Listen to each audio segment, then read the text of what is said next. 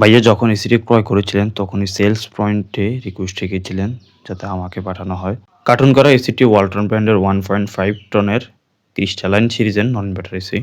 ফটাফট আনবক্সিং করে নিচ্ছি। আনবক্সিং করার পর ইনডোর যে লুক দেখতে পাচ্ছেন, হোয়াইট আর সাইডে হচ্ছে সিলভার কালার একটি ডিজাইন দেওয়া রয়েছে। পর্যায়ক্রমে ইনডোর জিনিস সেটা সেটিং করে নিব।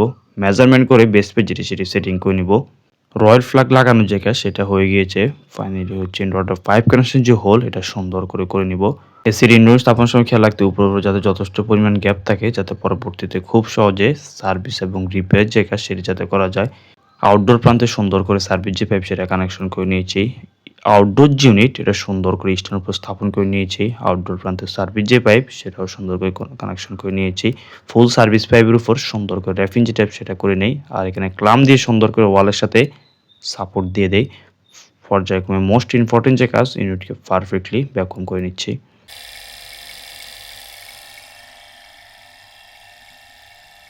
ইনভার্টারটা 5 মাসে যে হোল করা হয়েছিল এটা সুন্দর করে বন্ধ করে নিয়েছি। আর পানির যে লাইন এটা সাইড দিয়ে নিচে নামিয়ে দেই। ফাইনালি এসিটা চালু করে কুলিং যে পারফরম্যান্স টেস্ট করে নিচ্ছি। নন ইনভার্টার এসি যেহেতু কম সময়ের মধ্যে রুমকে ঠান্ডা করে নিয়েছে। এটা ওয়ালটন ব্র্যান্ডের 1.5 টনের ক্রিস্টালাইন সিরিজের এসি।